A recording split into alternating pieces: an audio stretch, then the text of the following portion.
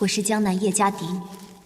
半年前，江南的宋周吴三家妄图以联姻之名霸占我叶家产业，幸而在宫中一幕被册封为贵妃，才得了奉旨招婿的恩典。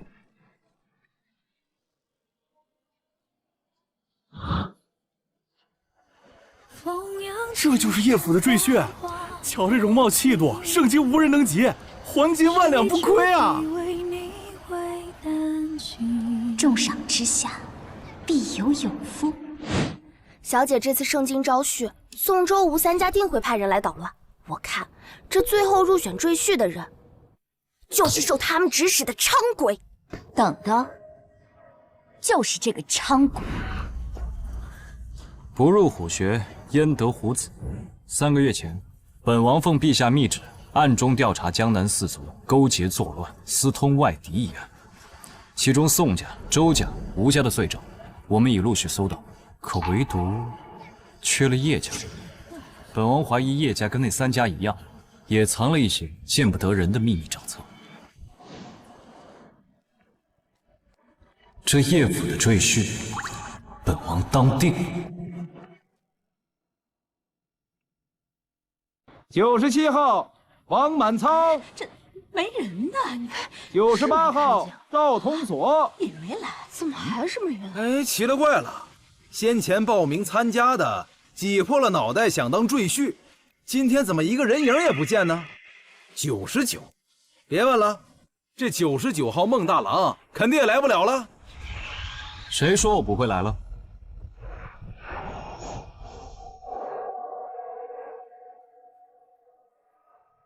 您就是孟大郎啊？正是。叶府家主何在？我来应选，怎么不见他来相看？好一个尊贵要脸的娇客！见过大小姐。这就是宋周吴三家送上门来的赘婿。去，把他的帽子给本小姐摘了。是。刁蛮骄纵，怪不得要招婿。叶大小姐，你亲自来。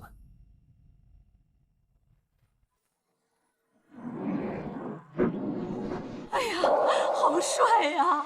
你看怎么这么帅？这太哪里是帅了！普通小官能比的？在盛京起码得1000两。他今日主动送上门来，我定要血赚回本。孟大郎，你未经嬷嬷们验身就已经见到了妻主，都有什么过人的本事？可不得好好露一手，让我好好瞧瞧。妻主本事？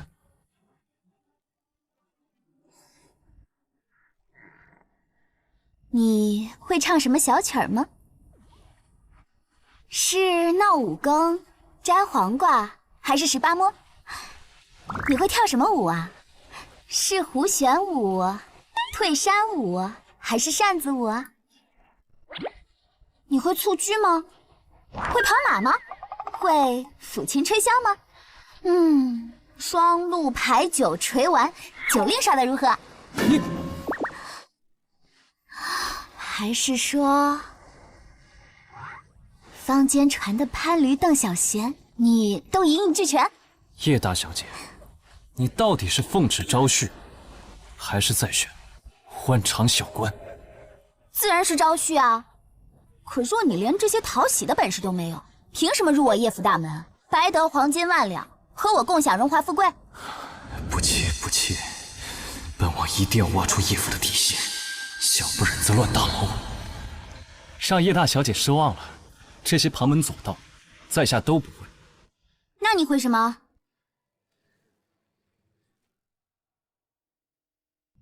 舞剑。好，那你舞一个给本小姐看看。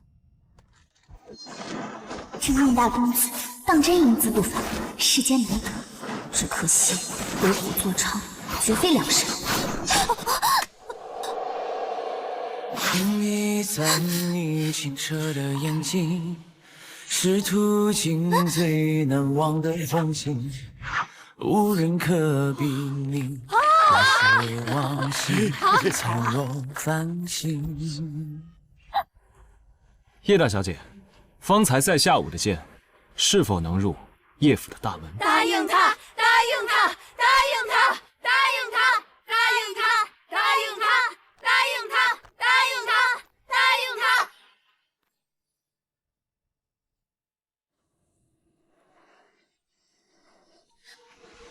这时，爹爹的玉牌怎么会在他身上？他当真是宋周吴三家的奸细，还是另有来历？不行，必须留下他，问个清楚。现在还叫叶大小姐？孟郎，现在该叫昭昭。吉时到，新人入堂。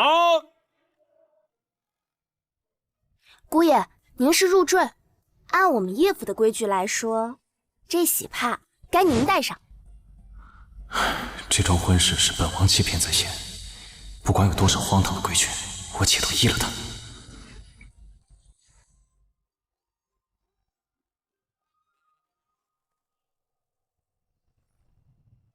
一拜天地，二拜高堂，夫妻对拜，送入洞房。入洞房啦！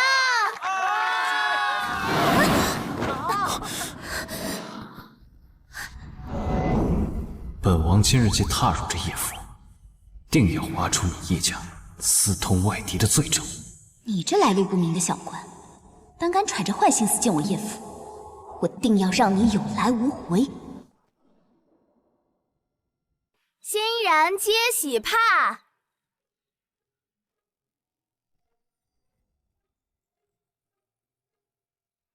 欣然接善礼，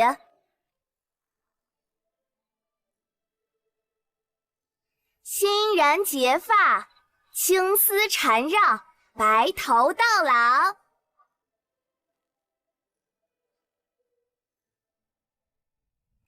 恭喜小姐姑爷，饮了合卺酒，二位就可以休息了，切勿辜负了良宵。这场婚事，叶昭昭答应的未免太过草率，今晚务必小心谨慎。孟大郎，不管你究竟为何千方百计要混入叶府，想要财色双收，把我和叶府都吃干抹净，就做梦吧你！夫君，我们共饮一杯。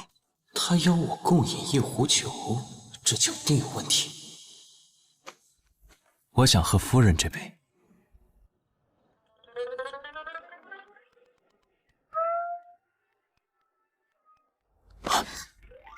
我初入府中，应该我来伺候夫人。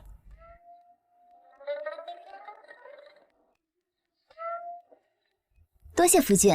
酒没问题，那毒药是在他唇上的胭脂。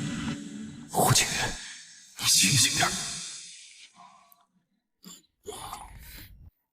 哎呀，夫君，你怎么就喝醉了呀？叶昭昭，本王就不该轻视你。成了！陛下，贵妃娘娘，摄政王被叶家选中为贵婿了。眼下二人大婚已成，送入洞房了。霍锦云那个臭小子，皇后几次安排他跟叶家丫头相亲，他都推辞。这回总算是被朕晃进叶府大门了。哼！江南商贾结党作乱，朕命你彻查数年，你竟如此敷衍朕，竟然查不到半点叶家的错处。陛下息怒，叶家屡捐粮草，助朝廷平定北境。贵妃娘娘母家与叶家又是姻亲，臣若真的沽名钓誉，就该捏造罪证，构陷叶家，借查案铲除皇亲，方显铁面无私。然臣不屑为之。哼，伶牙俐齿。起来吧。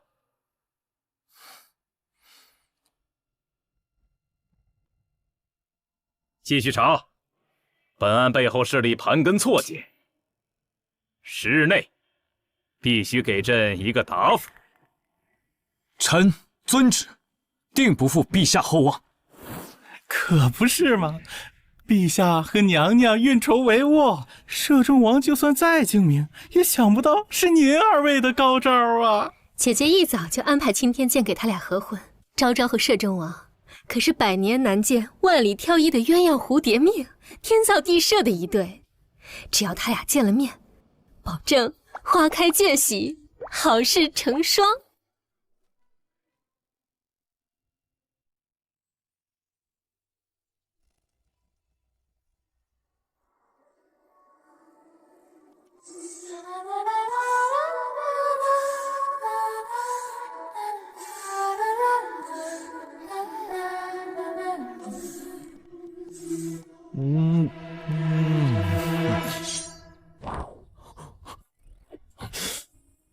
怎么是你们来了？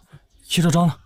哎，王爷，这喜帕上有迷药，昨晚应该不会中招了吧？王爷，您的清白还在吧？不过，以叶大小姐的美貌，我们王爷倒也不亏。王爷欲施美人计，却被美人将计就计。你们给我闭嘴！我说你们两个怎么过来了？没被叶府的人发现吧？王爷，你那妻主眼下自顾不暇，正被人诬陷悔婚。王爷，赶快去英雄救美吧！不，我们宋家要告到官府。我家公子和你叶家早有婚约，两家婚书在此。你叶大小姐竟然找一个野男人当赘婿，分明是背信悔婚。你王满仓，我认得你，应选赘婿的97号。叶府奉旨招婿，宋家人拿这个假婚书欺上门来，真当圣经是你们胡作非为之地，还不快滚！这婚书可是你叶大小姐的父亲在世时亲自与我家公子定下的。你放屁！老爷生前最瞧不上你们宋家，怎会与你家定下去？哼！你叶大小姐若是识相，趁早休了那赘婿，乖乖等着我家公子上门提亲。哟，我这个赘婿昨夜刚被宠幸，今日就要被休掉啊！你就是那个来路不明的赘婿？看你妖里妖气的，你哄骗叶大小姐与你成亲，定是图谋叶府家产。我家公子饶不了你！昭昭，这人好凶啊，我好害怕呀！乖，没事的，我在呢。其实呢，有人想入赘叶府的话，我孟大郎也不是拈酸吃醋之人，都听其主的。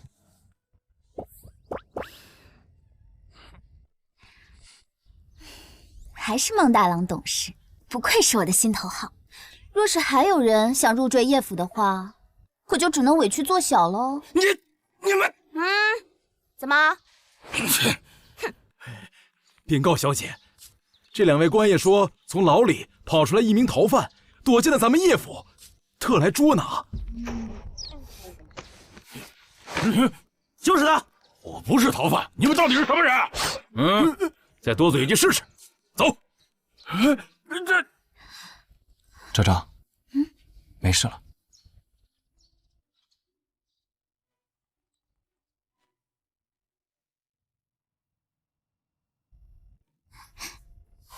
记住，我还没准备好呢。夫君，你跟我说实话好不好？你到底为什么要入赘叶府啊？黄金万两，无人可拒。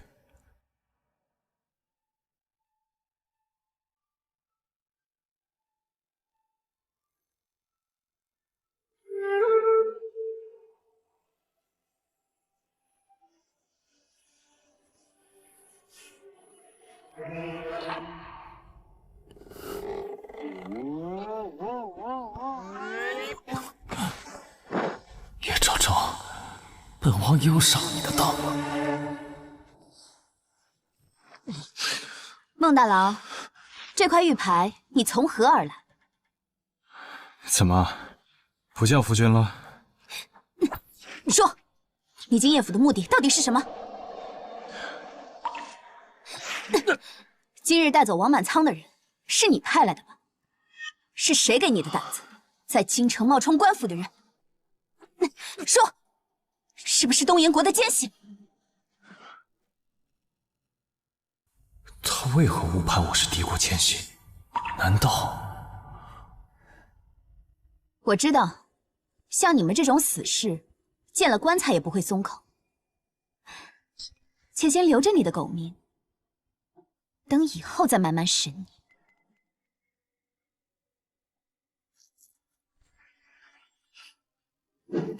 大郎，乖，吃药。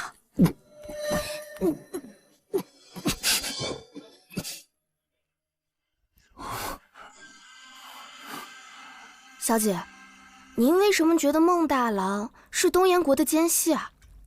这块玉牌，我爹爹生前从不离身的，只是半年前遭封东岩海寇劫持，回来没几天就重伤不治而亡，我就再也没见过这块玉牌。但我没想到，它居然会在孟大郎身上。哦，原来如此。可是小姐，咱叶府这次是奉旨招婿，就这样被他们搅黄了，咱们该怎么向贵妃娘娘和陛下交代呀？我明日就进宫去找姨母，向她禀报实情。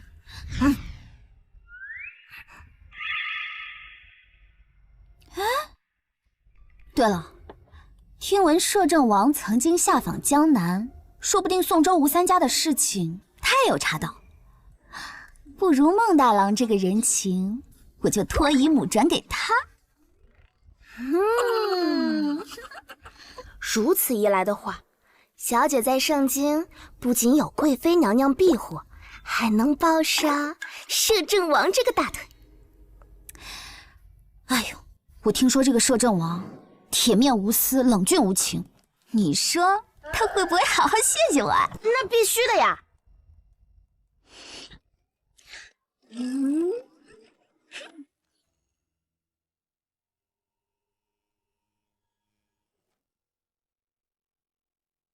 王爷，王爷，王爷，王爷，王爷，王爷，王爷，这，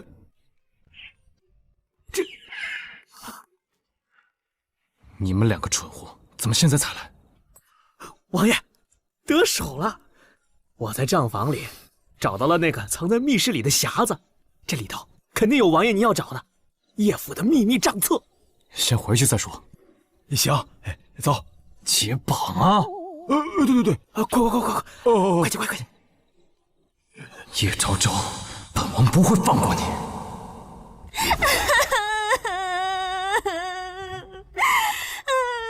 陛下，贵妃娘娘，你们可得替我做主啊！我那便宜赘婿昨夜就跑得没影了。什么？叶家丫头别怕，朕这就命御林军把他活，赘婿给你抓回来。谢陛下天恩。有道是弃我去者，昨日之日不可留。我叶府为了颜面，已对外发丧，承蒙大郎已于昨夜病逝了。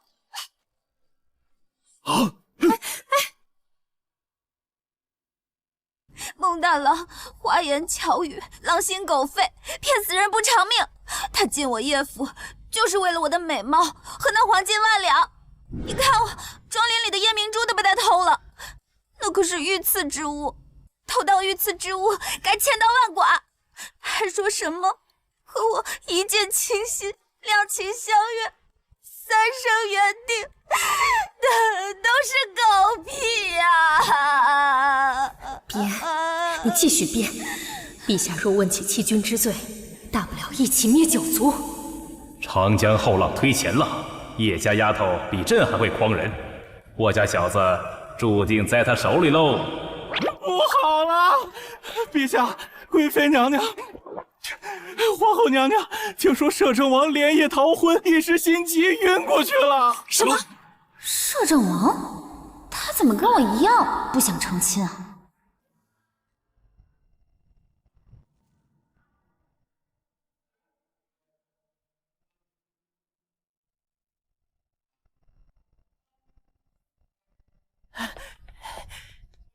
公子，江南衙役快马加鞭送来的寒玉簪，终于到了。太好了，过几日就是昭昭的生辰，我这就回盛京，把韩玉簪送给他。公子，今早刚接到的飞鸽传书有2个消息，都是有关叶大小姐的。哦，那先说那个坏消息。叶大小姐她奉旨招婿，成婚了。什么？另一个更坏的消息，她的新婚夫君今日一早就病故了。当真？当真。那太好了。哼！叶府瞒天过海，好大的胆子，好大的本事！王爷，这果然是叶府的罪证。错，叶家唯恐树大招风，怕引来祸患，甚至连赈灾行善都不敢留名。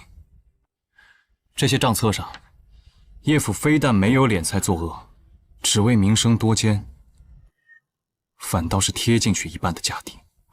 我的乖乖！哎，我偷回来这个哪是叶家的罪证啊，是功劳簿啊！这是。行，王爷，您错了。是我错了，我冤枉了叶昭昭，还毁了他的终身大事。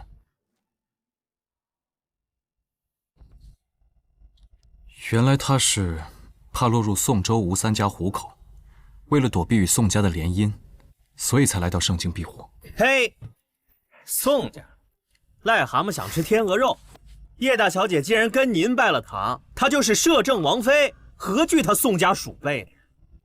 我入赘叶府是为了查案，他算计我是一场误会。我2人的婚事不作数。王爷，别不好意思啊。没错，王爷，一日夫妻百日恩呢。你们2个，给我围着王府跑20圈，跑不完别回来。是。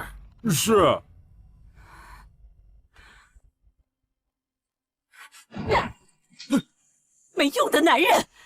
皇后莫要生气嘛，朕再举你一道赐婚圣旨，命霍家小子还有叶家丫头正式拜堂成婚。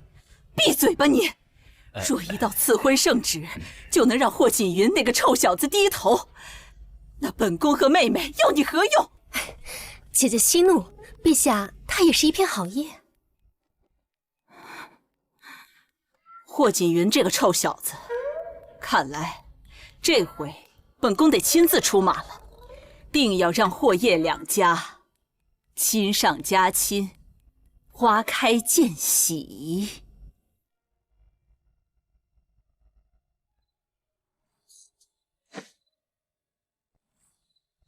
霍锦云，你的心乱了。哎，我的老天爷，腿要断了！王爷怎么又来叶府了？该不会是想撕毁王妃，补上洞房花烛吧？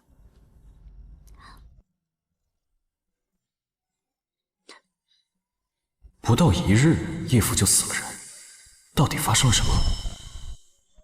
叶昭昭，你太过分了！大郎，救命啊！我有件事情跟你说，你答应我别乱叫，我就放开你。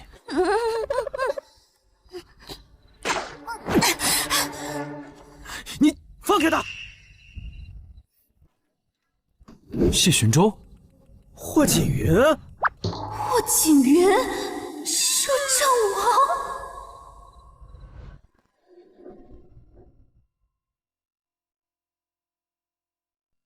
原来他俩认识。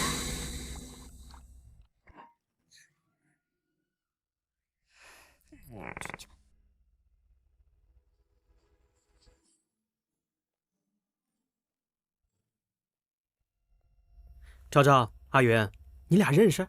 不认识。对嘛，昭昭来盛京才短短3月，我都还没来得及介绍你们俩认识呢。原来我的短命鬼夫君孟大郎，竟是摄政王霍锦云。他突然盯上了叶家，莫非是怀疑我与宋州吴3家勾结？原来玄州和叶昭昭早就认识，他深夜随意出入叶府，看昭昭的眼神又如此亲密，莫非他二人已私定终身？都是误会，误会。阿云，你一定是来查什么案子才会路过叶府，对吧？昭昭，你肯定是把阿云当做夜闯的贼人了，是吧？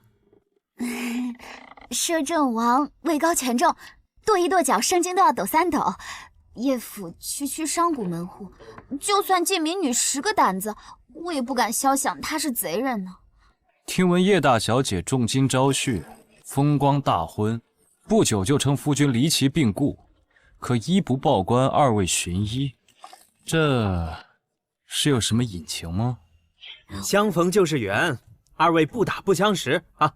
既然误会说开了，今夜之事就此接过，可好？哼，昭昭，这位便是我时常与你提起，在圣经与我有同窗之谊，如今大名鼎鼎的摄政王霍锦云。阿元，他便是在江南与我相伴长大，青梅竹马、情投意合的叶昭昭。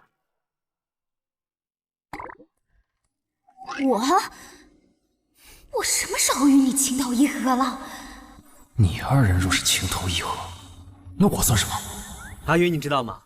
昭昭小时候可厉害了，有一次我被宋家的恶狗追着咬，还是他拎着木棍冲上来救的我呢。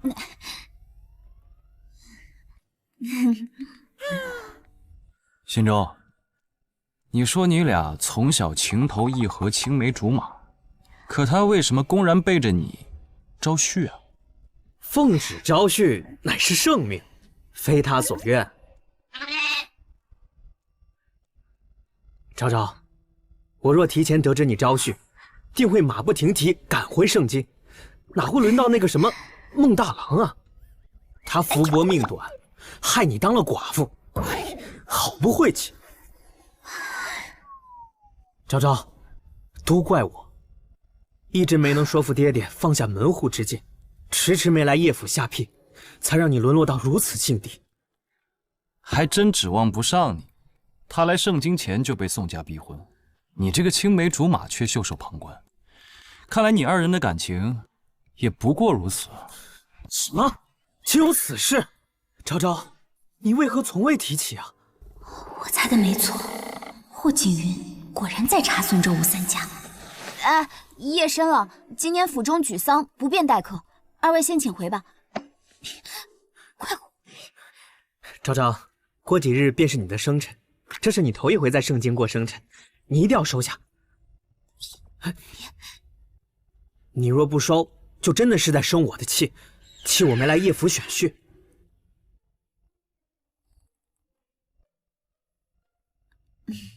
多谢。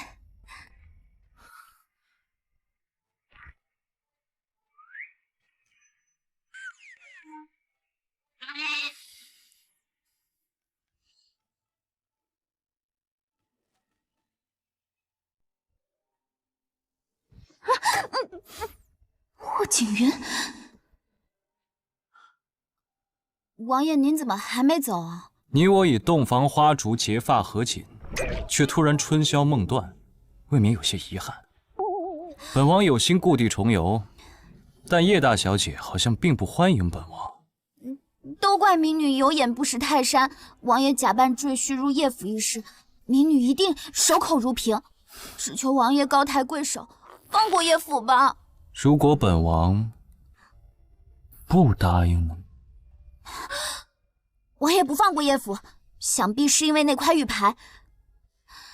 恕民女真的不能把那块玉牌还给王爷。为什么？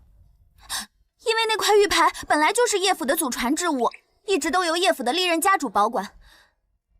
民女斗胆问王爷，半年之前，我爹爹还在世的时候，您是不是见过他？你爹爹是上一任叶府家主？正是，我爹爹生前曾遭东沿海寇劫持，自那以后，我就再也没见过这块玉牌。我看见它在王爷您身上，所以才会怀疑您是东岩的奸细。难怪叶大小姐要把本王要走，还关在柴房严刑拷打。不行，疼！都是民女的错，民女可以赠黄金万两给王爷，只求王爷大人不计小人过。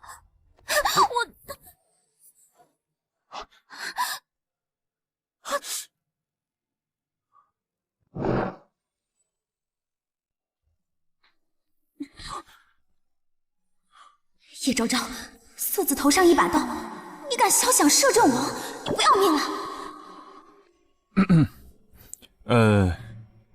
念你事出有因，本王就暂且饶恕你。民女谢过王爷。叶府家主曾被东沿海寇劫持，此事鲜为人知。如果你还知道什么内情的话，请详细道来，本王定会为你做主。半年之前，王爷曾暗访江南，宋周吴三家之罪罄竹难书，想必没能逃过王爷的眼睛。您假扮赘婿进入叶府，无非就是怀疑叶府和他们沆瀣一气。聪明。叶府清者自清，不愿与他们勾结。叶家的货船、商铺，常年被他们的人寻衅滋事，爹爹也被他们的人陷害设计，更有甚者，祖父中毒身亡，爹爹遭东沿海寇挟持，归来之后，我一直都怀疑，这背后的主使就是宋家。好个宋家，竟敢勾结东沿！你入圣京之前，宋家逼婚，他们要你嫁的人是谁？宋家嫡子宋燕申。宋燕申。宋周吴三家深谙收买人心，誉满江南。若无铁证，仅凭那一面之词，定不能掀起民愤。臣女恳请王爷替叶府还有江南的百姓做主。好，本王定会替你做主。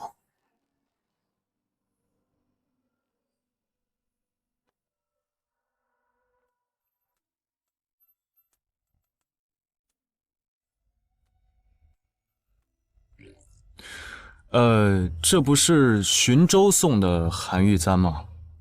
你要把它转赠于本王？我朝进海多年，这只产自东岩国的韩玉簪，现如今出现在了圣京。据民女所知，宋家在海上藏了几艘见不得人的货船，神出鬼没多年。王爷不如就从这只簪子查起。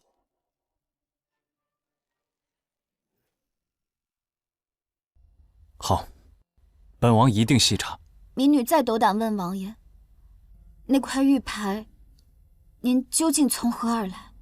原来，当初赠我玉牌，助我逃出升天的那位前辈，就是岳父。可我对他发了毒誓，若非江南肃清，绝不可向任何人透露他的消息。昭昭，再等等，将来我一定把所有真相都告诉你。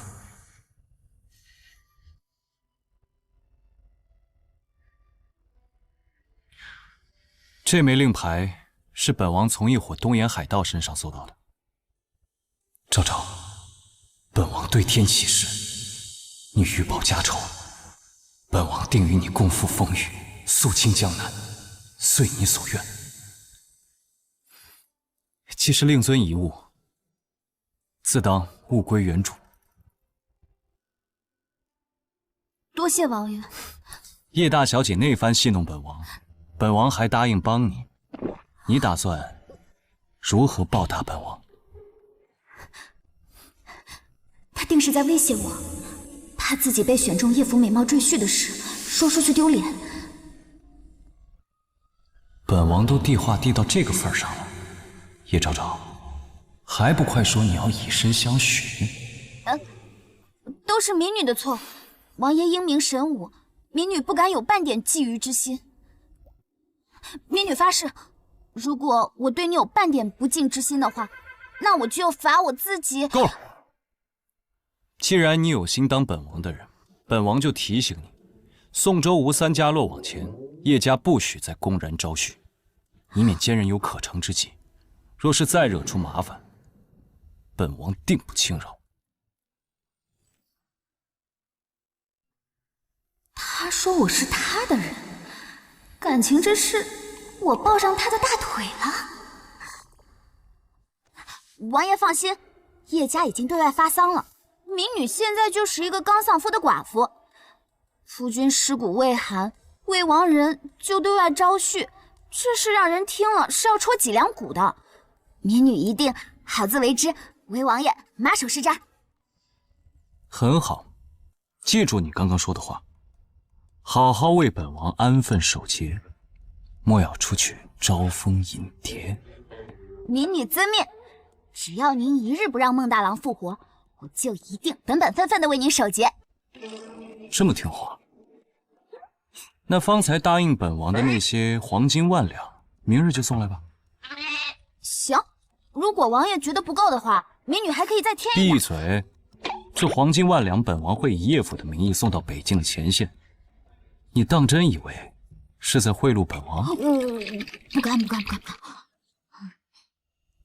不愧是我，识时务者为俊杰。叶府没了一个美貌赘婿，却多了摄政王这个大靠山，赚麻了。我一定要牢牢抱紧他的大腿，为祖父和爹爹报仇。下半辈子就可以当一个富可敌国、逍遥自在的俏寡妇。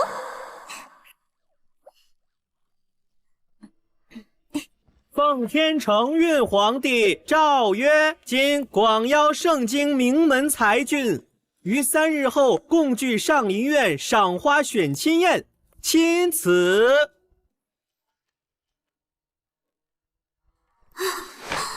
什么？我刚答应了摄政王为他守节，陛下就要为我选亲？王爷，传令下去，速查韩玉簪来处，在飞鸽传书江南，彻查宋家是否涉入海上走私，名下可否有隐秘商船，行踪往来前无相关，务必找到实证。属下明白。不好了，不好了！王爷出大事了，出大事了！属下奉王爷之命，今早已将叶府的账册悄悄放回原处，未敢惊动任何人。可是正当属下离开之时，御前的顺福公公突然前来宣旨，说陛下于3日后将设下赏花选亲宴，要为王妃叶大小姐亲自挑选如意郎君呢。什么？喂，王爷！放我出去！放我出去！我连自己想见的人都见不到，算什么男人？公子，好消息！好消息！公子，是爹爹解我禁足了吗？可不是嘛！陛下有旨，3日后在上林苑设下百花选亲宴，广邀盛京才子，为叶大小姐选婿。宫里来了请帖，已经送到咱们谢府了。天不亡我啊！选亲宴，我势在必得。公子的天终于晴了。皇上这么着急下旨让我去招亲，肯定是为了皇室的颜面，把霍锦云嫁进叶府当赘婿的事情给掩盖过去。可是小姐，这可是圣旨，不可不遵啊！盛京高门权贵，权势盘根错节，根本就难以琢磨。想起来招亲里面真的混上几个宋周吴3家的奸细，霍锦云知道了不得，哎呀，这可如何是好啊！小姐，你不如干脆嫁给摄政王，反正你们俩已经拜堂了，这不是天赐良缘吗？绝无可能。且不说皇上和皇后娘娘是否同意，就那天奉旨招婿，我对他百般刁难，他肯定怀恨在心。我和叶府不就全完了吗？哼，我造了什么孽呀？没事的，没事的。民女一定好自为之，为王爷马首是瞻。对了，霍锦云现在不是我的靠山吗？那我选婿宴上选谁，直接问他不就行了？不成，我现在去找他。小姐，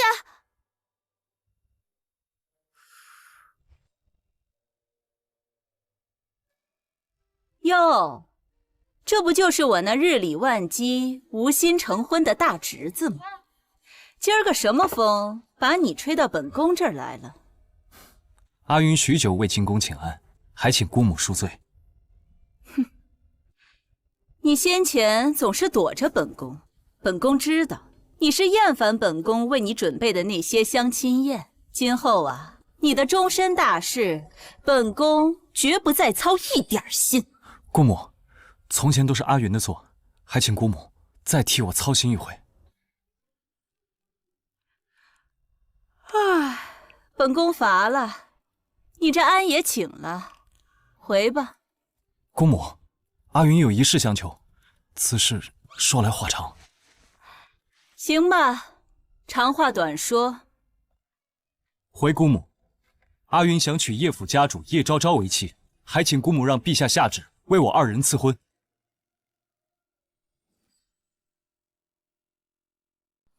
什么？复婚？你倒想得好。晚了。姑母，如今赏花选亲宴的圣旨已经传遍了整个京城。你若对那叶昭昭还有几分真心，那就3日之后收拾收拾，去上林苑选婿去吧。姑母，阿云斗胆，恳请姑母让陛下收回成命。霍锦云，你放肆！君无戏言，军令无改，凭什么你要让本宫和霍家全族为你一人违抗圣旨，冒犯天威？姑母，阿云此生行事无私，唯有这次生了妄念，哪怕是依照霍家的权势，我也要与叶昭昭成婚。哎呦，你想成婚就成婚呐？你看得上人家，人家看得上你吗？口口声声让陛下给你赐婚，你这不是仗势欺人、强取豪夺吗？强取豪夺又有何不可？除非他说心悦之人不是我，否则我是不会放手的。哎呦，那如今你不嫌弃叶家是商贾出身，配不上你？叶家浊世清流，我在江南遇险时，叶家长辈与我有救命之恩。最重要的是，我心悦于他，此生非他不娶。很好，本宫念在你一片真心，再给你一次机会。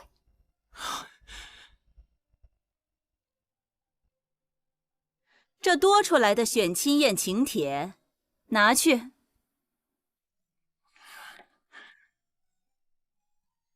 姑母，您真的要让阿云跟那些圣经的高粱子弟一起一争高下？怎么，害羞了？哎呀，你得庆幸你有一副好皮囊，才有资格跟人家去争去斗。可这未免也太羞耻了。哎呀，这虽然羞耻，但是快乐呀！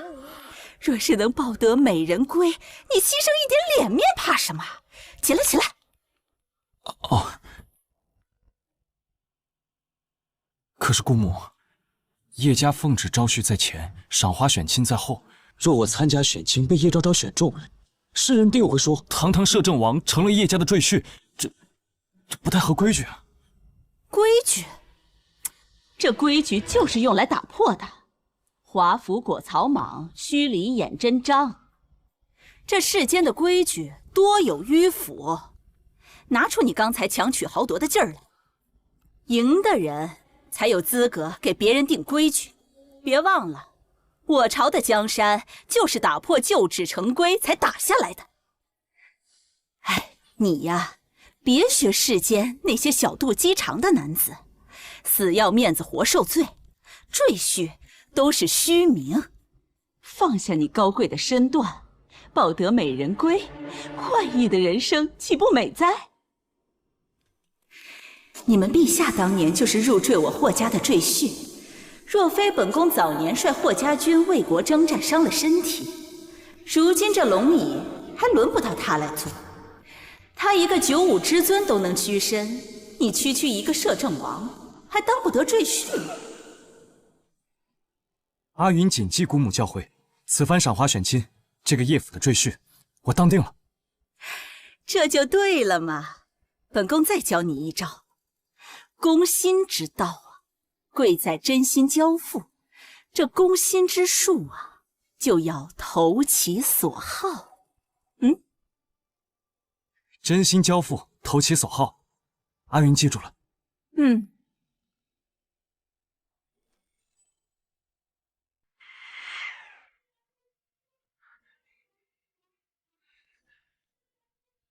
哎，王爷，刚才呢，叶大小姐登门拜访，走之前留下了这个。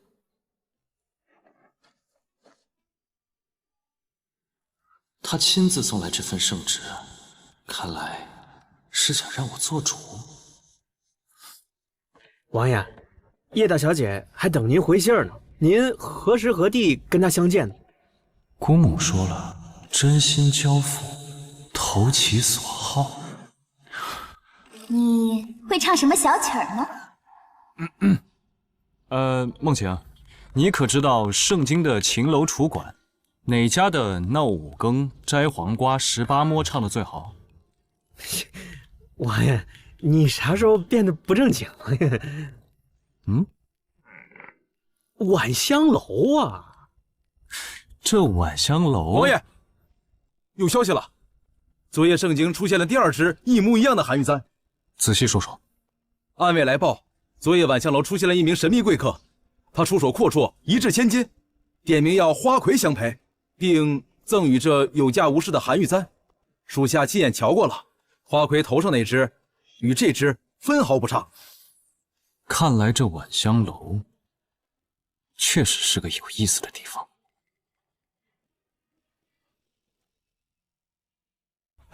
你们听说了吗？那皇上叶家刚死了一个美貌赘婿，过几天又要奉旨选亲了。今儿一早，全圣经的高门公子都收到了宫里的请柬了。到时候上林苑的选亲宴上，指不定得有多热闹呢。什么？霍景云约我去晚香楼见面？这晚香楼可不是什么正经地方。霍景云到底想干嘛呀？小姐，这是江南来的线报，念吧。这信上说，自小姐离开江南后，宋家就没了顾忌，先是吞并了咱们叶家的商铺，还纵容仆人烧杀抢夺。小姐，这信上还说，宋燕生已经动身来盛京了。什么？宋燕生要来盛京？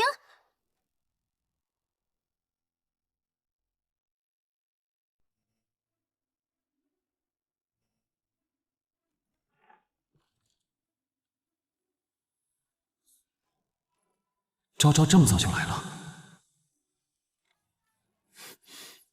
寻舟？怎么是你？阿云，你怎么穿成这样？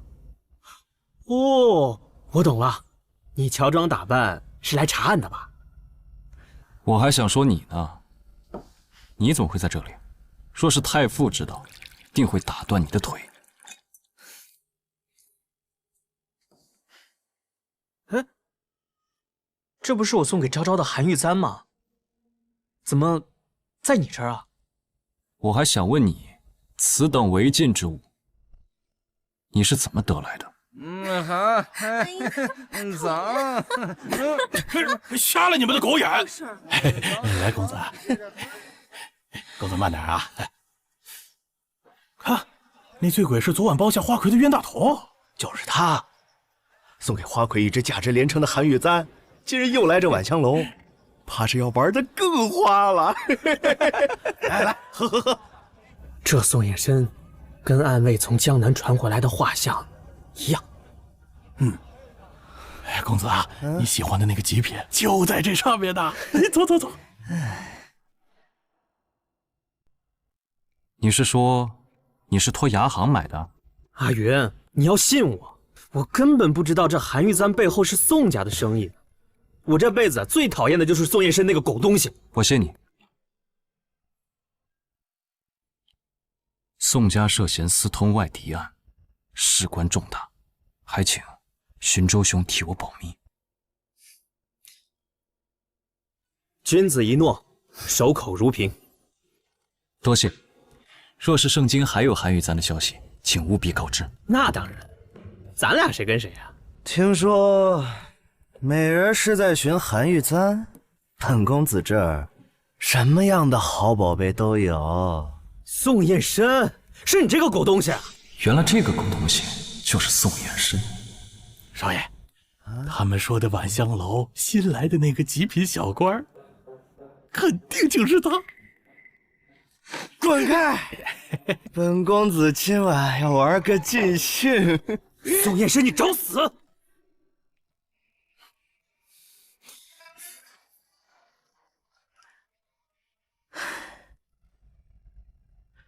只要你今晚伺候好本公子，别说一只韩玉簪，就是一整船的番货宝贝都给你，保你荣华富贵，享用不尽。当真？这位公子有一整船的番货宝贝，看来来头是真不小啊。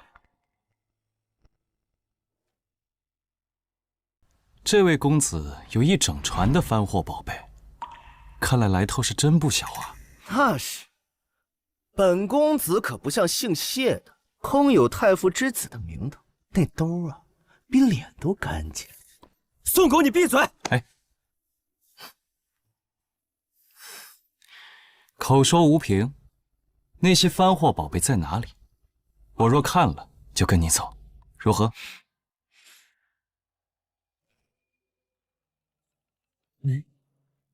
选青燕请柬，说你是怎么得来的？姓谢的，听说真有本事，一早就该娶了叶昭昭，何必让他抛头露面、奉旨招婿？本公子不怕告诉你，我宋家不仅要纵横江南，还要称霸圣京。叶昭昭以为圣京有贵妃为他撑腰就能跑得掉，呸！他做梦！等本公子赢了选青宴，娶了她，玩腻了，再赔点彩礼送给你啊！选青燕请柬，这畜生还敢去骚扰昭昭！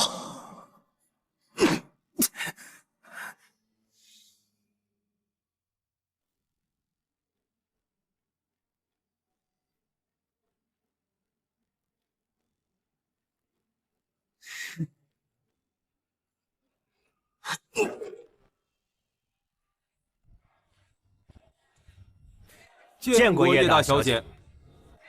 王爷已在楼上酒后多时了。来，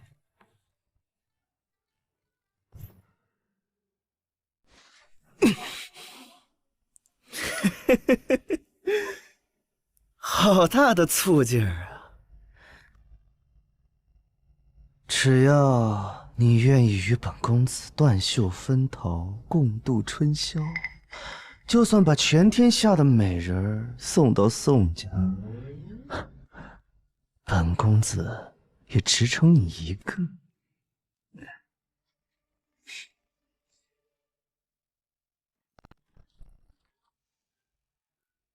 住手！你放开他！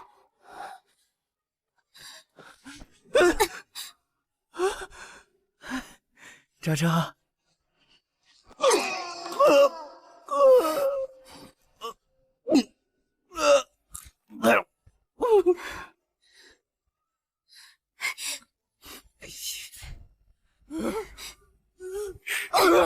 宋燕生，你个狗东西，你找死！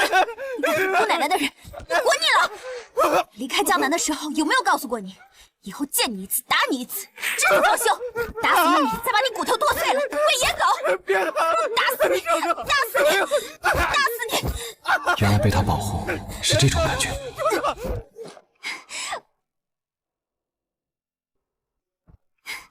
打死你！阿云，阿云，你怎么了？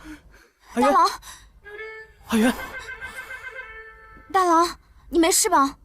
居然被狗东西宋燕生给气晕了。霍锦云这人脸皮也太薄了。王爷，把宋燕生这狗东西给我扔大街上去，看看是谁接应他。是。还是昭昭聪明，谁来接应宋燕生？谁就是宋家在圣经的倚仗。哎，听到了吗？楼上闹得够厉害的。哦，听说呀，谢太夫家的儿子和那个姓宋的冤大头在楼上打起来了，为了那个极品小官。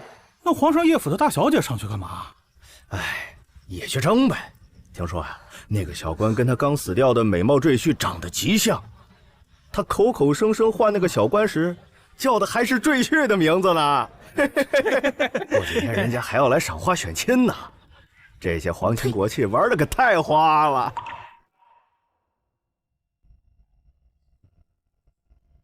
小姐，今天是您上林苑选亲赏花的日子，也是您的生辰，我一大早就起来给您做了长寿面。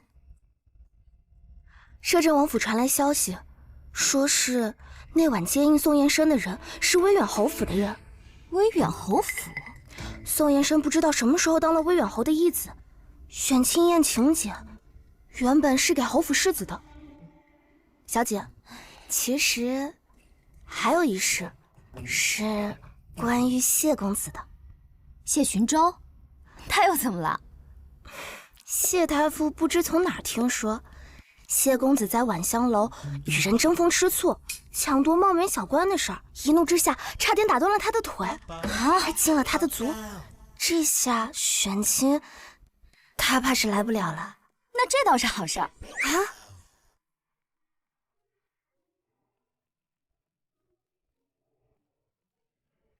王爷今日这一身可谓是冠绝圣经，叶大小姐见了您，绝对是一见倾心。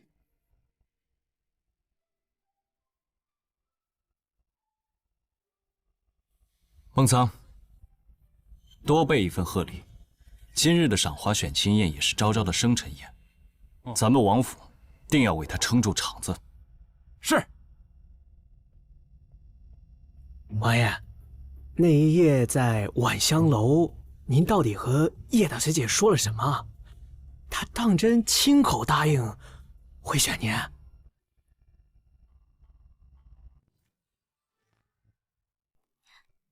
王爷，莫要生气，狗东西的狗爪子碰了你的脸，咱们擦干净就好了。哎，你醒了？我说，你威风凛凛的摄政王，为了查案忍辱负重，连续2次舍身饲虎，值得吗？2次？上次在叶府，你是说你也是虎吗？勉强算吧。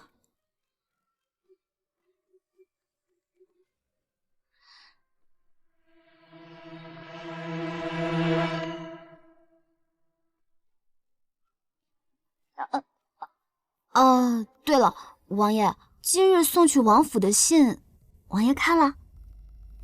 看了。那王爷想让我选谁啊？我让你选谁，你就选谁吗？不然呢？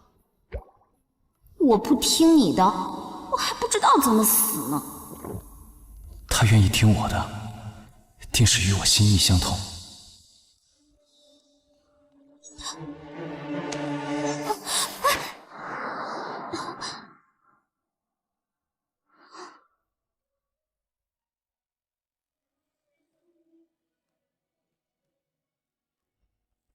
赏花宴那日，姑母让我负责上林苑的御林军调遣，你务必仔细挑选好，如意郎君，你大可放心。有王爷在，我自然放心。所以，你现在还不明白，本王想让你选谁？有心人愿暮暮朝朝，皆低头耳语悄悄，恰是相思正好。风月无边。王爷，有辆马车接走了宋燕生，往城西去了。王爷，夜深了，我先告退了。哎，对了，王爷，要是查出宋燕生背后的靠山是谁，务必告知。等一下，方才我写的，你明白吗？哎呀，王爷放心，我心里清楚。本王？没错，就是本王。但是本王刚写了一横一竖，你就冒冒失失闯进来了。不是，王爷，我觉得王爷您什么都没说清楚啊！您怎么就知道？您一说他就明白，您让他选您呢？我与他心有灵犀，就算是没写完，他应该也是能明白的。没错，应该就是这样。但要是他不明白，那就是你的错。谁叫你冒冒失失闯进来把他吓走的？老天爷保佑，老天保佑，他可一定得选您啊！小姐，选青燕，你打算选谁啊？10号。10号，谁是10号，我就选谁。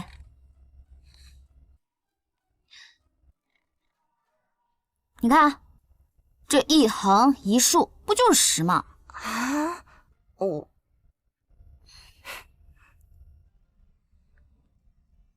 那时还以为他会真的让我选他呢。叶昭昭，你别做梦了。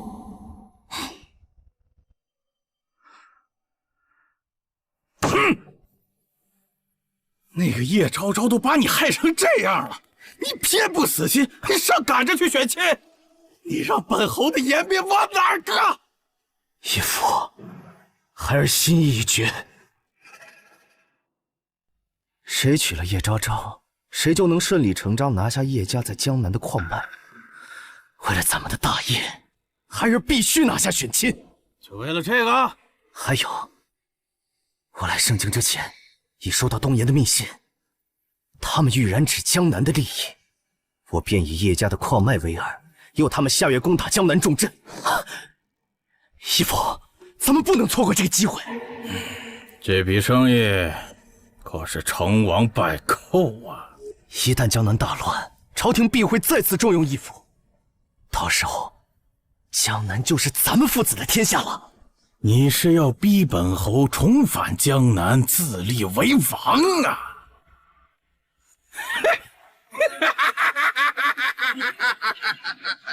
昭昭，今日的选亲宴上，本宫为你好好的挑一位霍家儿郎。不是本宫自夸，除了本宫那犟驴大侄子霍锦云，其余的霍家儿郎也是各有千秋，只怕你是要挑花眼了。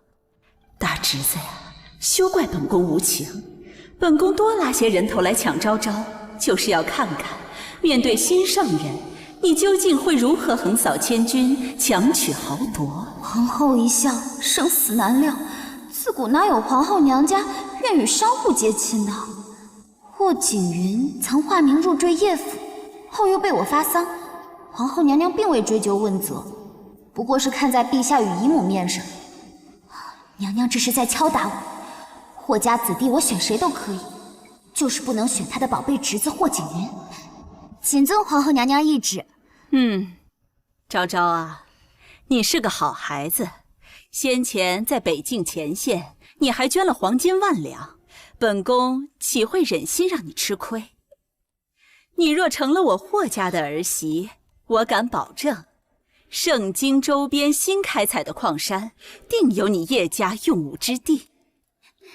昭昭愿为霍家儿媳，必不负皇后娘娘深恩。今天风和日丽的。昭昭，好久不见。威远侯府贺礼到。威远侯府送宴申，恭贺叶府家主方辰。开箱。威远侯府贺礼，白银1万两，地契盛京城西临街商铺3间。前几日我们叶府奉旨招婿，光是赠礼都有黄金1万两呢。你就这么一点点的银钱和一点点的地契，还好意思来上林苑丢人现眼？谁说我宋家送礼小气了？昭昭，今天是你的生日，城西最繁华地段的商铺再送你3间，如何？就这？那就再送3间，一共9间。少爷，咱们宋家在盛京城西的商铺总共才不过10间。闭嘴！那你说送我9间商铺，空口白牙，口说无凭，我凭什么相信你？笔墨伺候。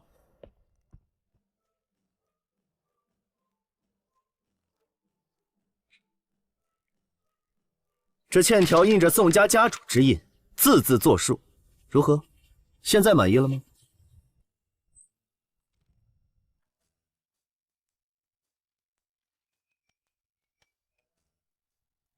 行，你的贺礼我收下了。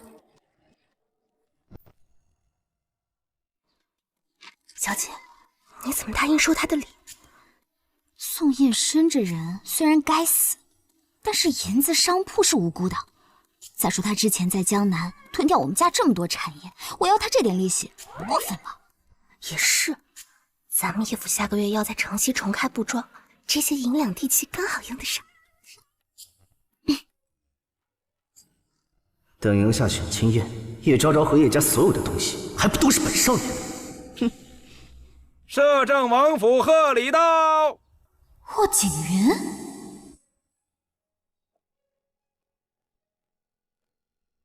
摄政王府恭贺叶家家主方辰，特献上贺礼。多谢。这叶昭昭何时攀上了权倾朝野的摄政王？堂堂摄政王府送礼就送2个小盒子，有这么打发人的吗？就算是地契，也放不了几张吧？阁下眼睛没瞎吧？为何竟不识货呀？你，小姐，是夜明珠，这一颗极品夜明珠，可抵得上圣经10间商铺呢。这有些人的眼睛可要亮瞎喽！啥？足足有18颗，这么多啊！怎么回事？叶昭昭，你给摄政王灌了什么迷魂汤？我家王爷说了，今天是叶家家主18岁方辰，一点薄礼，表表心意。小姐还有鲛人珠，传闻这鲛人落泪成珠，在海上商队上说，1颗鲛人珠抵10颗夜明珠呢。你家王爷这是要把家底掏空了吧？这还有1张矿山地契，听闻这是朝廷特意赏给摄政王的金矿呢。霍简云这是疯了吗？送我18颗夜明珠，10颗鲛人珠还不够，竟连京郊的矿山都送我了。这些东西堪比半个国库，他该不会是要拉着我跟他一起造反吧？投我以木瓜，报之以琼琚，匪报也，永以为豪也。赠我1万2金，还以金矿山，恭贺方辰。叶昭昭，他凭什么送你这么多奇珍异宝，还送你一座金矿？太子到，摄政王到。参见太子殿下，参见摄政王。众卿平身。原来这就是大名鼎鼎的霍景云，果真如义父所言，此人非同小可，是威远侯府最大的威胁。只是有些眼熟，好像在哪儿见过。殿下，叫昭昭姐姐。昭昭姐姐。太子殿下，请入座。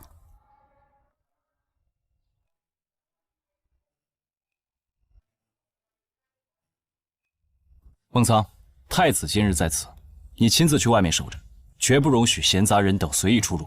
属下遵命。对了，安云表哥，听母后说，近日有20多个霍家哥哥来选亲，怎么不见他们人呢？真的会来20多个霍家子弟？今日的选亲宴上啊，20多个霍家子弟们同台竞技，定会打得头破血流。你若是挑花眼了也无妨，管他什么银样、蜡枪头，还是花架子、花枕头，只要你看得上一点，通通收回你叶家。这也可以啊？这有何不可啊？2个3个不够，10个8个也行啊。能说出如此虎狼之词，不愧是替陛下打下半壁江山的一国之母。10个8个赘婿，我可无福消受，挨个发丧都得排号呢。阿云表哥，我今天特意向太傅请了假，要是他们不来的话，就不好玩了。小姐，吉时已到，那些才俊们怎么到现在还不来啊？哼，什么儒生武将，休想抢我的旗主！前方桥段，请绕道西北。诸位小将军，可是到上林苑选亲的吗？对，前方桥段，属下特地守候在此，给各位指个路。王爷妙计呀！等你们赶到上林苑，天都黑了。前方山崩，请绕道西南。各位公子可是去上林苑的？是的，在下奉命在此等候，为各位公子指路。走。哎呀，各位公子若是绕了远路，可不要怪罪于我呀。吉时已到，那些参选者迟迟还未现身，岂有让叶府家主久候之理？皇后娘娘说的那些霍家子弟，一个都没赶到，莫不是霍锦云搞的鬼？昭昭，你觉得呢？对，过时不候。赏花选亲宴开始。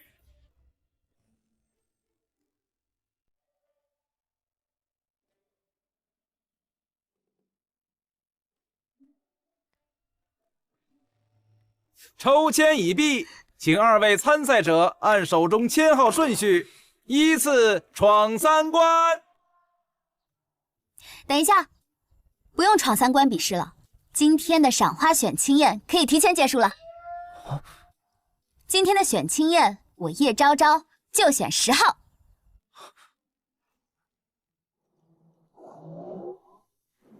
霍锦云肯定设法拿到了10号签，我可不能得寸进尺，还让他亲身下场闯关，丢了他的脸面识相。万一他又怀恨在心，害我丢了性命才是实打。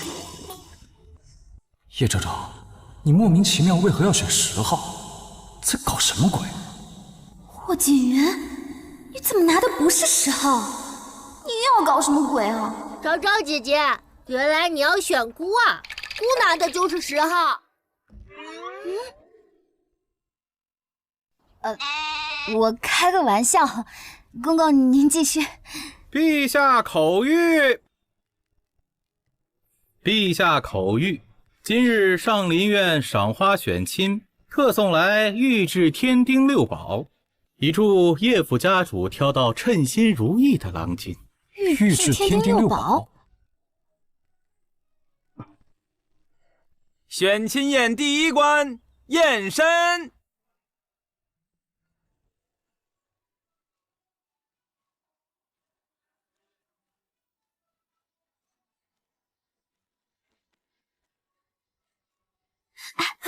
干嘛？玉峰龟，侧鼻梁高挺之姿，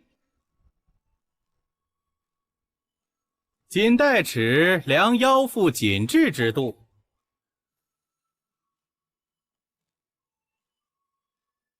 踏星举夺双腿修长之态，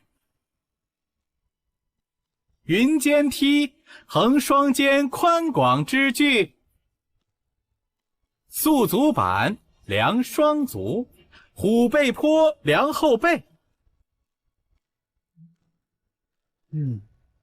参选者1号霍锦云，6项俱为上佳。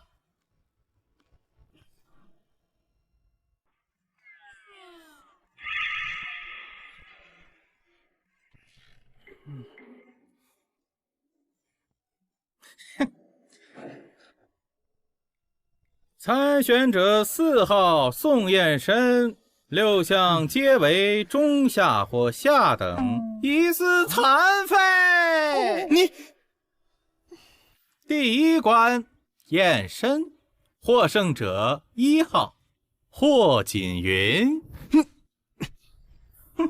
不知死活的阿杂东西，还敢跟天家抢亲！选亲宴第2关，文氏。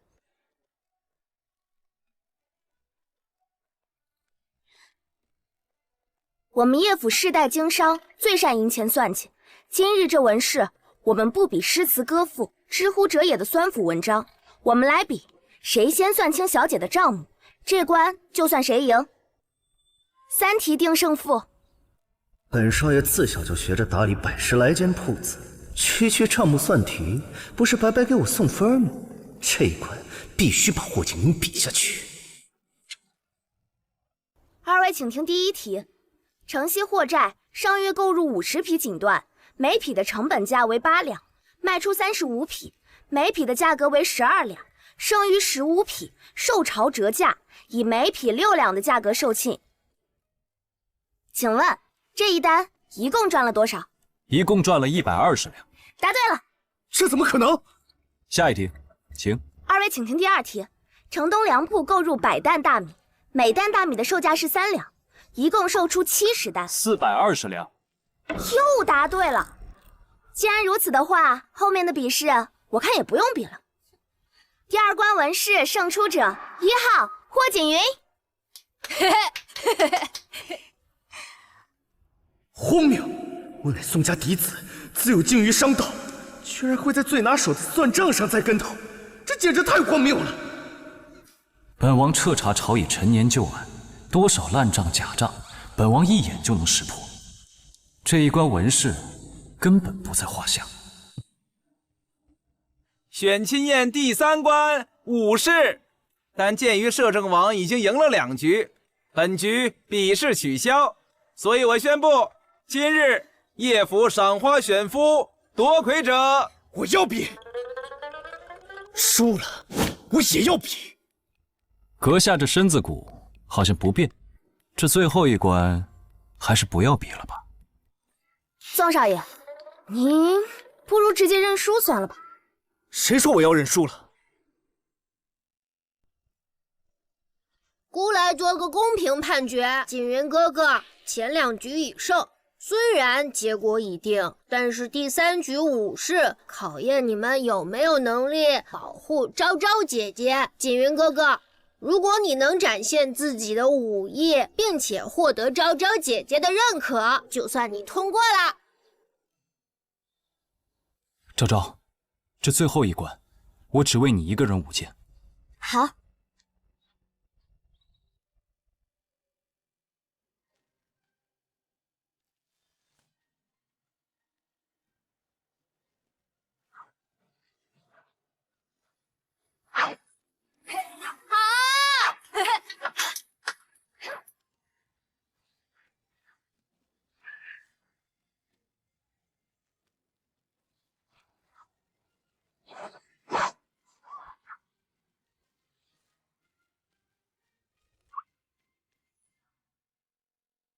总有这世间法力千万句，不及一种我愿意。有时天把命注定变与天。方才我舞的剑，可否过关？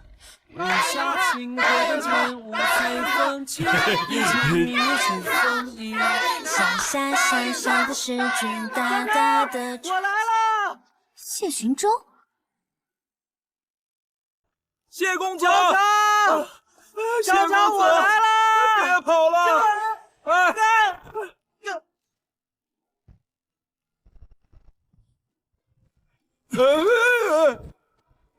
小心！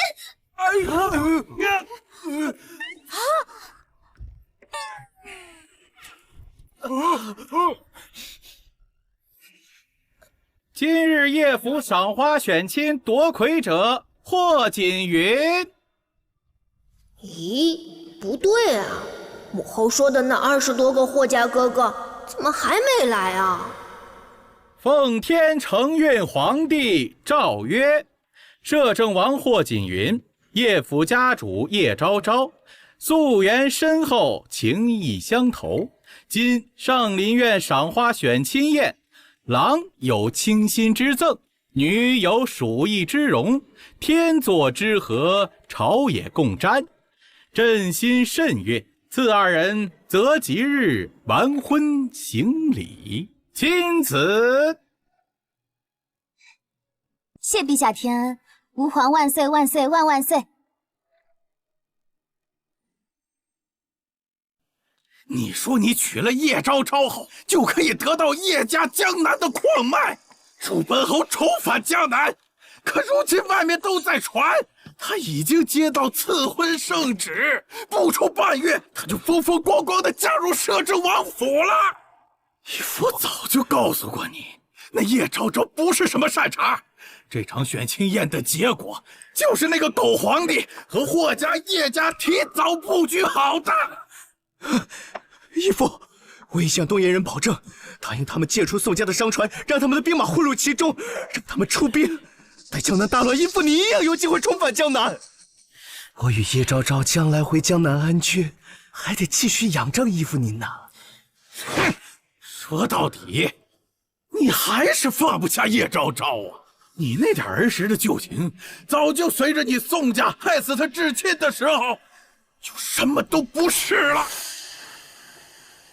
不会的，我与他一起长大，我盼了他10余年。不管我有多少风流债，宋家未来的主母只能是他叶昭昭。至于那个霍锦云，必须死。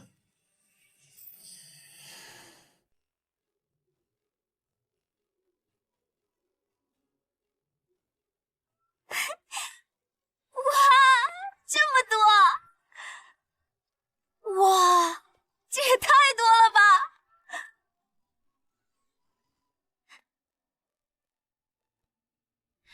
王爷，您昨天才送了我18颗夜明珠、10颗鲛人珠，还有那座金蛟金矿，今日又送来这么多聘礼，未免也太破费了吧？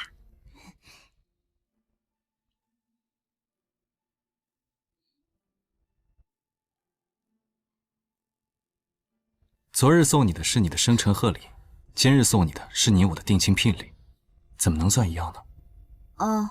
王爷，我知道你和我定亲只是情急之下的权宜之计，你放心，我绝对不会死缠烂打的。等时机一到，我主动请旨和离。情急之下，权宜之计，和离。我知道王爷做这些只是为了查案，你我2人的亲事不算婚约，而是结盟。我一定恪守本分，绝不逾矩半分，更不会图你的身子。你为什么不敢？王爷，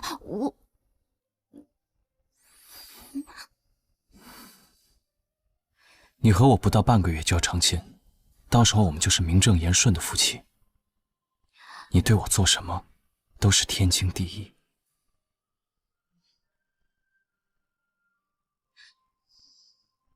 王爷，王爷，暗卫从威远侯府传来密报，有急事禀报。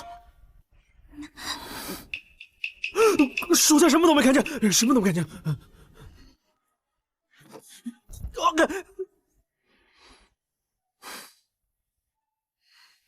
等我好消息。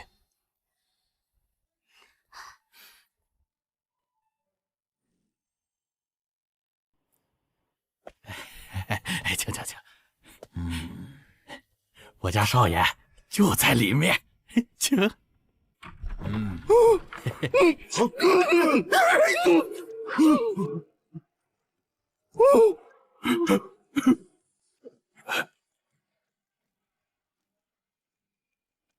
把他们3个交给外面的暗卫，押入天牢听候审问。切记，千万要走漏风声，尤其是得惊动咱们圣京的威远侯。我们来个引蛇出洞。是。好。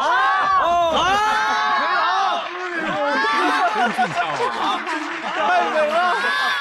再舞一段，跳的真好，这身段，你看这舞的，王爷，太美了。威远侯府那边已有了动静，孟苍已经赶过去了。很好，很好。我们查了大半年的案子，终于等到江南宋家和威远侯府的狐狸尾巴一起露出来了。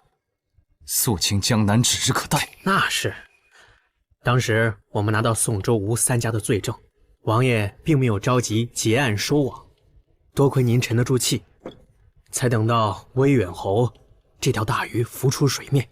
这次我们一定要将他们连根拔起。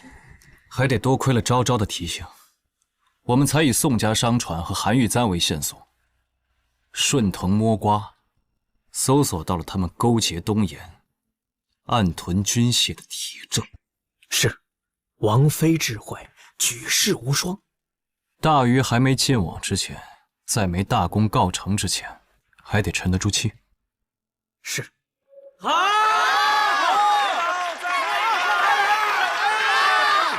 你说这人跳的退山舞，当真能把女子迷得神魂颠倒吗？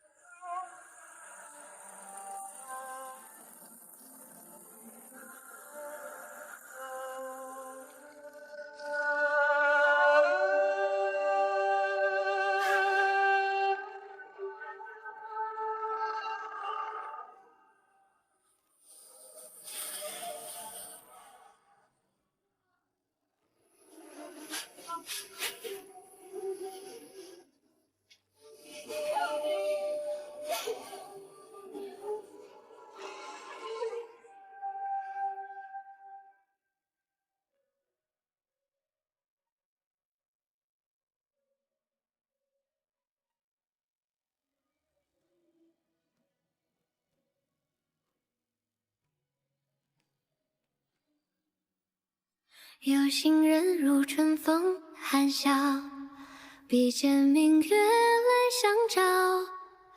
无需多言，我已知晓，情丝如墨，时光迢迢。有心人愿。叶昭昭，你怕不是疯了吧？你居然梦到霍锦云跳退山舞！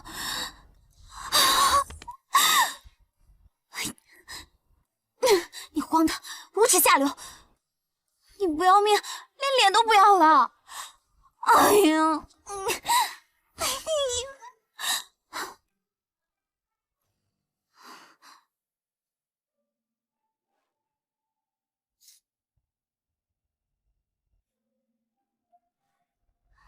这场亲事既不作数，霍锦云送来的那些聘礼，迟早也要还回去。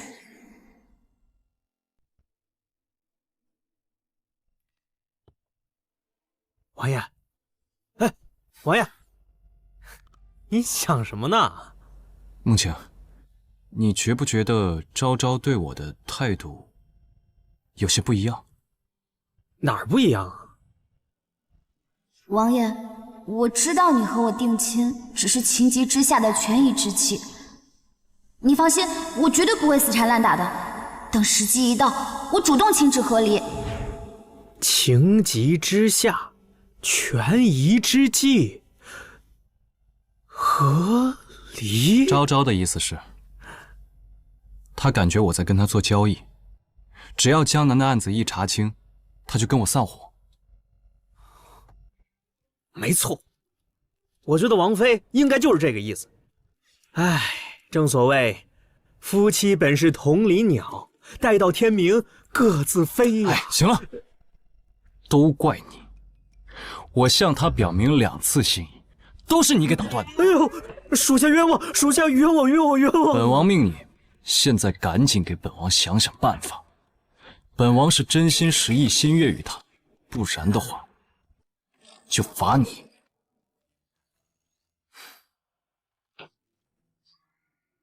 有了。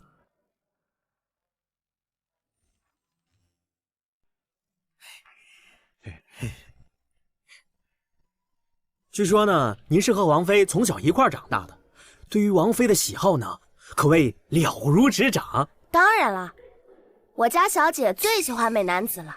她平日里呢，除了《玉面风华录》，最爱看的还有《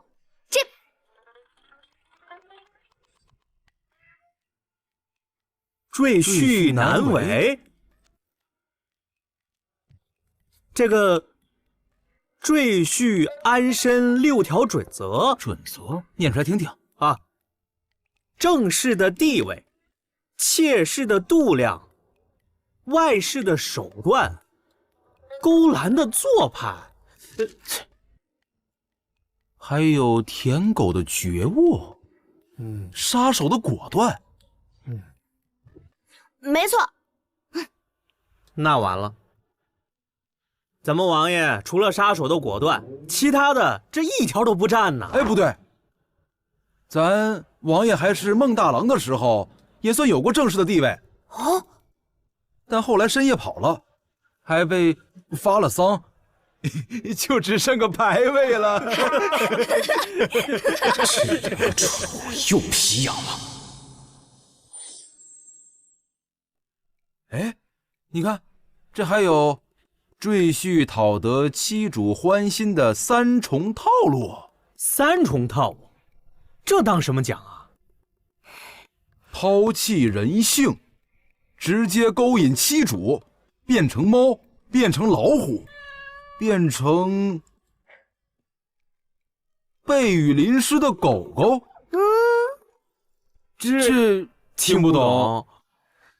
这句话的意思呢，是说赘婿啊，要像猫猫一样欲擒故纵，让人琢磨不透心思；要像老虎一样威武霸气，让人心生崇拜；还要像被雨淋湿过的狗狗一样会撒娇，才能让人心生怜爱呀。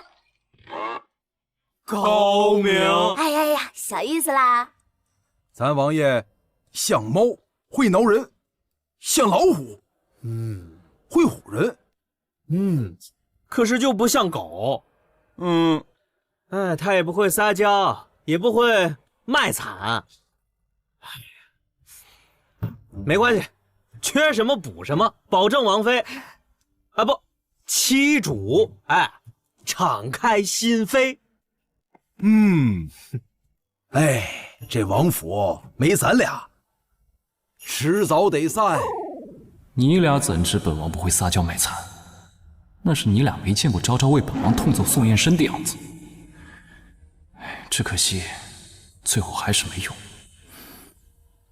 算了，本王还是得靠自己。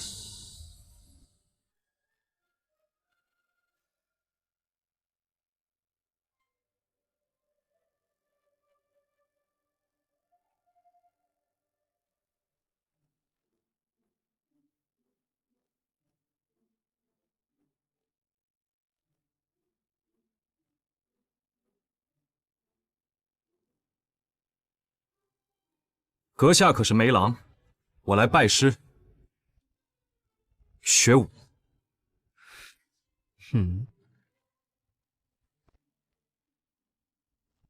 拜师学武，扇子舞，还有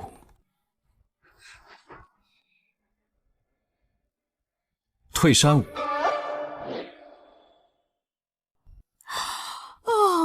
哎呀，难道是我算了一天的账眼花了？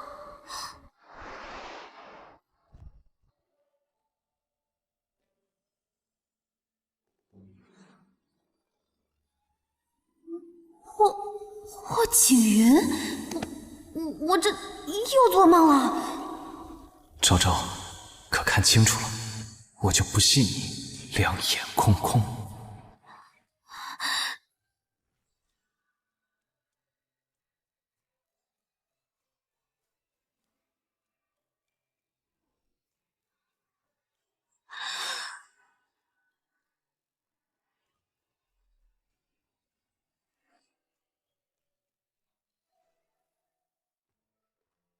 叶昭昭，你完了！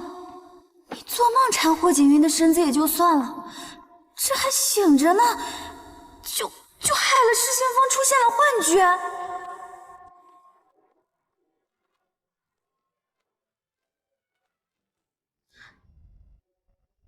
昭昭，你喜欢吗？居然还幻听，我不是真的疯了。老天，我错了，我再也不敢了，我再也不敢了！别罚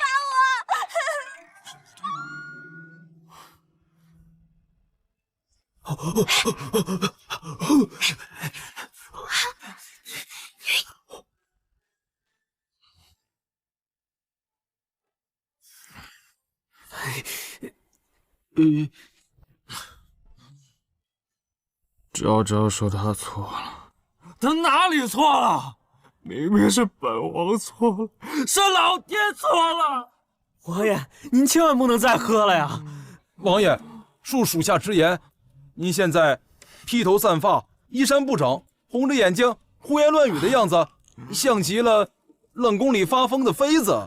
小嘴巴，快闭上！疯了！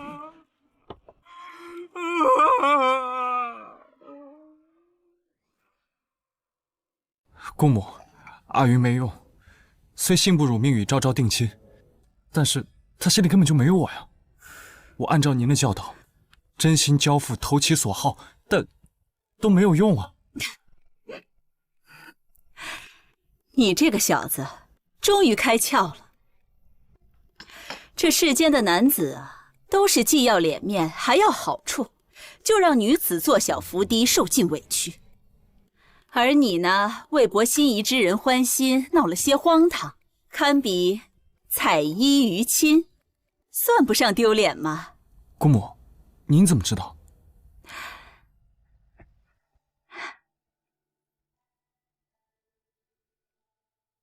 昭昭心里早已有你，姑母绝不会看错。只要你真心待她，想必日后你们两个定能琴瑟和鸣，白头到老。哦，对了，姑母还有一件重要的事情要交代你。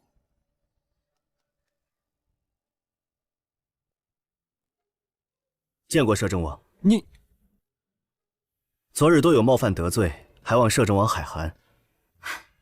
这位就是晚香楼的楼主梅先生，他也是大内暗探梅部的首领。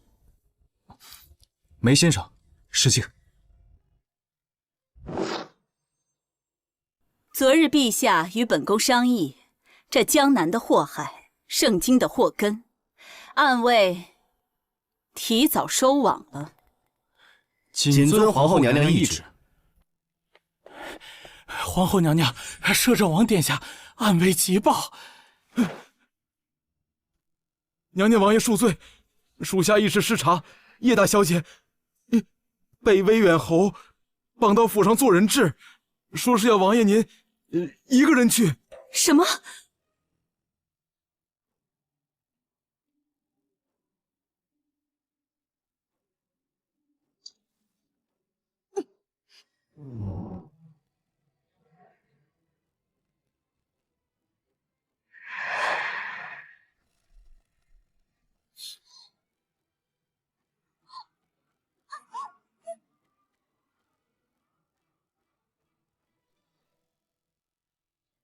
魏远侯，你已经插翅难飞，放了昭昭，本王可以从轻发落。摄政王还是这般目中无人，你以为本侯会在乎这条命？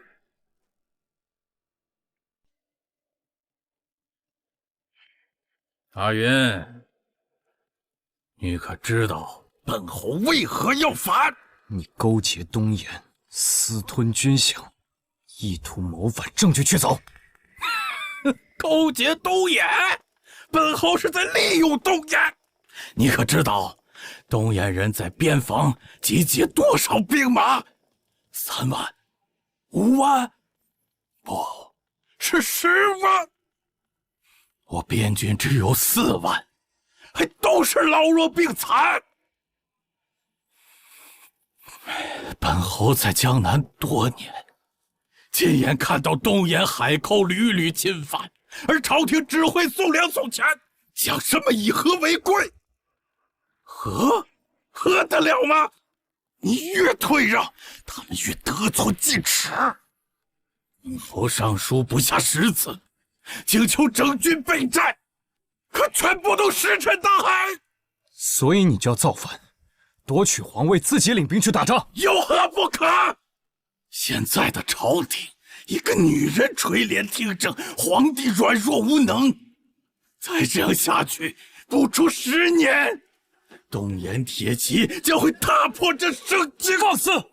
阿元，你是我亲手带出来的，你应该明白，和平不是靠祈求得来的，是靠刀枪打出来的。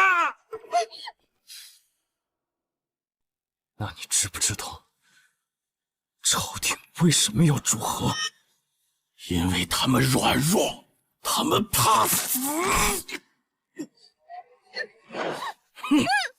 不是朝廷不想打，是打不起。北京旱灾，江南洪涝，国库空虚，现在开战必败。您给我5年时间，2组并强，我定会亲自去踏平东岩。5年，我等不了。难道您就要亲手毁了自己想要保护的国家？晚了。本侯已经踏上这条路，回不了头了。师父，您放了昭昭跟我回宫，我去跟姑母求情，她一定会留你一命的。啊！本侯宁可站着死，也不跪着生。如果你要强行拿我，我就点燃他，到时侯府崩塌，百姓伤亡。你霍锦云就是这圣经的罪人！你疯了！你口口声声说为国为民，但是却亲手想要炸死自己的百姓！成大事者不拘小节，这朝廷也该换一批血了！你不是在救国，你是在毁国！要么放了我，交出兵权，要么大家一起死，你选吧。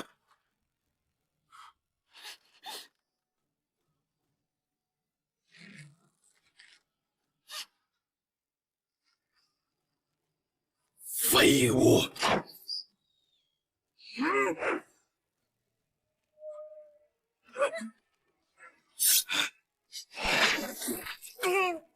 侯爷，侯爷，侯爷，侯爷，侯爷！走，曹操！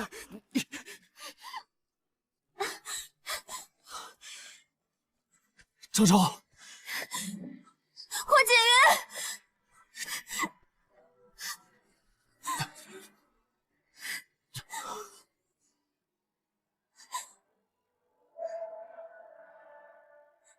霍锦云，你不会有事的。昭昭，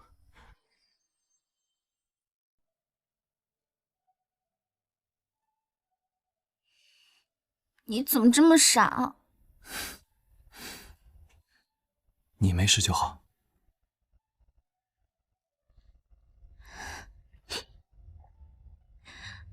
阿云，你知道吗？幼年在江南时，我与荀州还有宋燕生，我们3个人一起长大。那时候，我们都天真无邪，一起在学堂上学、打闹，看到路上有受伤的小猫小狗，还会带回去一起照料。后来一切都变了。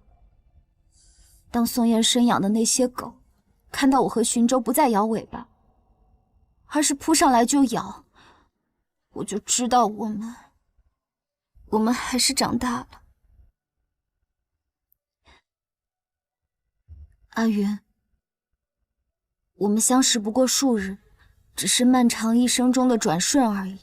可是，我已经忍不住想跟你一起白首。世事无常，人心易变。虽然不知道未来会是什么样，但是我叶昭昭已心生贪恋，宁可以后后悔，现在也不想放你走。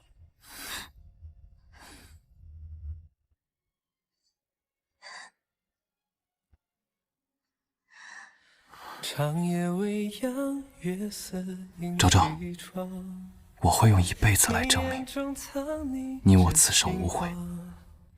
一触碰，心慌若烛影摇了流花。阿云，越我爱在意的越是深隐藏，叶落泛黄，思念又千行。听说了吗？魏远侯晚节不保，与东燕人勾结叛国，还拔出萝卜带出泥。盛京好几户高门都被抄家下狱了。该，多亏了摄政王为民除害，江南那边的巨贾豪族宋、周、吴三家都是魏远侯的钱袋子，也被一锅端了。这三家如今也彻底败了。哎，哼！拜见陛下，皇后娘娘。皇后娘娘，好，好，好，都起来吧。谢陛下。今日召你二人前来是有2件事。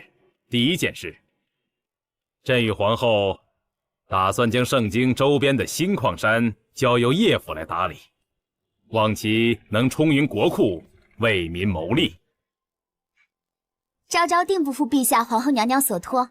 听闻叶府家主有一件祖传之物，可否拿出来让朕瞧瞧？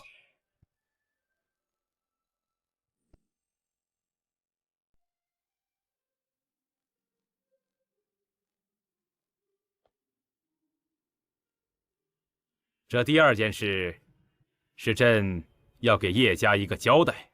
安徽县已查清，你的父亲、祖父皆因宋家勾结东延，遭其谋害。如今宋家已经覆灭，你也算是大仇得报。但你并不知，叶家世代为皇商，实则暗中还掌管着大内暗探蓝部，以商路为网，替皇家收集天下情报。陛下、皇后娘娘，阿云昨日已经告诉我了。当年爹爹深陷东延海寇手中时，以为自己无法脱身，于是将这玉牌托付给了阿云，并助他逃出升天。只是没想到，冥冥之中自有天意，这块玉牌最后还是回到了我的手上。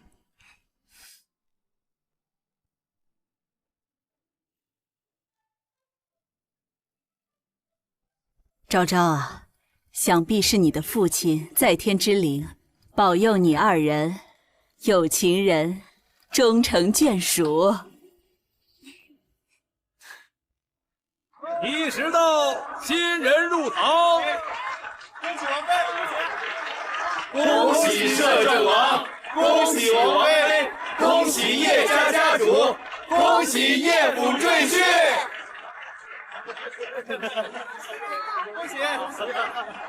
叶府的规矩，我还没有忘。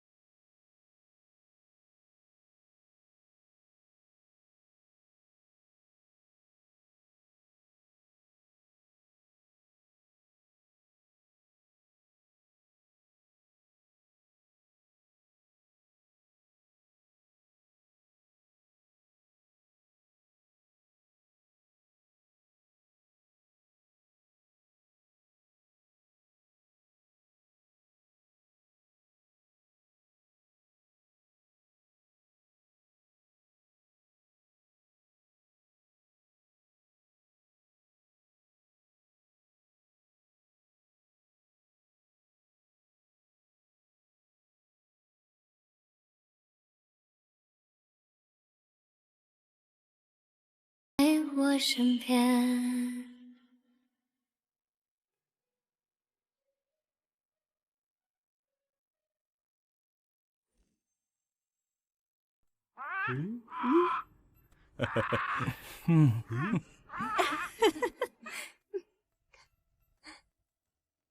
话说呀，这霍家小子与叶家丫头也成亲1年多了，他俩就没给朕生个小皇孙玩玩，反而把这2只小鸟送到宫里来，让朕和皇后啊帮忙照顾。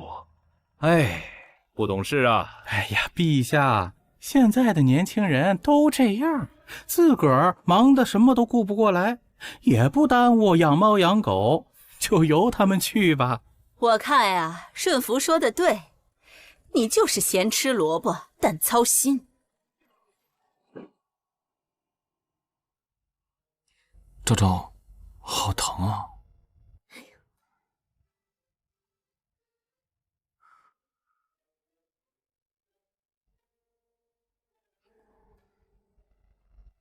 苦。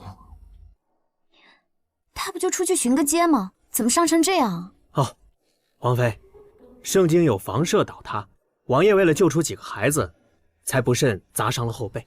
是啊，王妃，若非今天有王爷在，伤亡不知道有多严重呢。百姓们都夸王爷功德无量呢。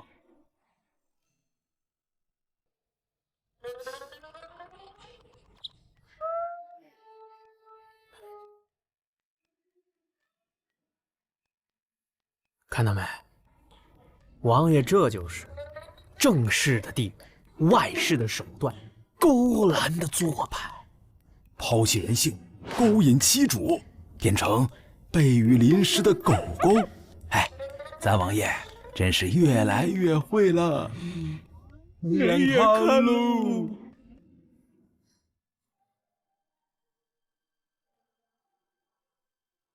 好了。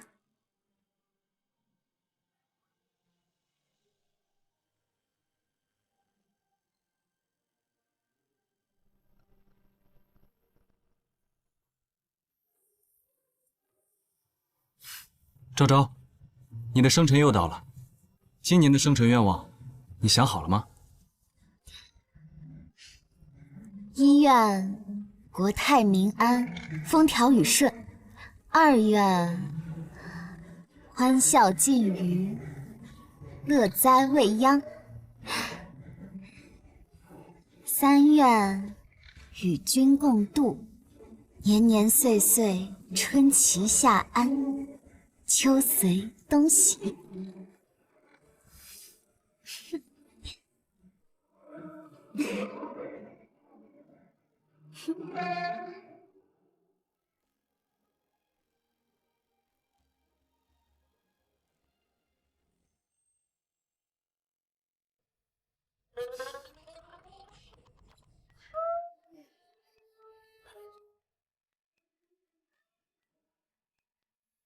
看到没？王爷这就是正室的地位，外室的手段，勾栏的做派，抛弃人性，勾引妻主，变成背与淋湿的狗狗。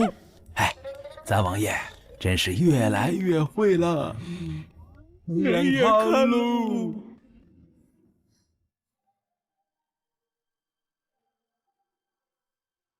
好了。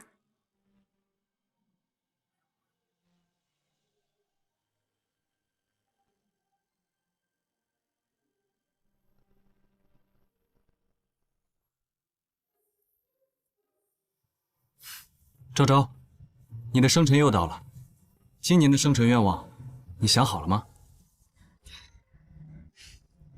？1愿国泰民安，风调雨顺；2愿欢笑尽余，乐哉未央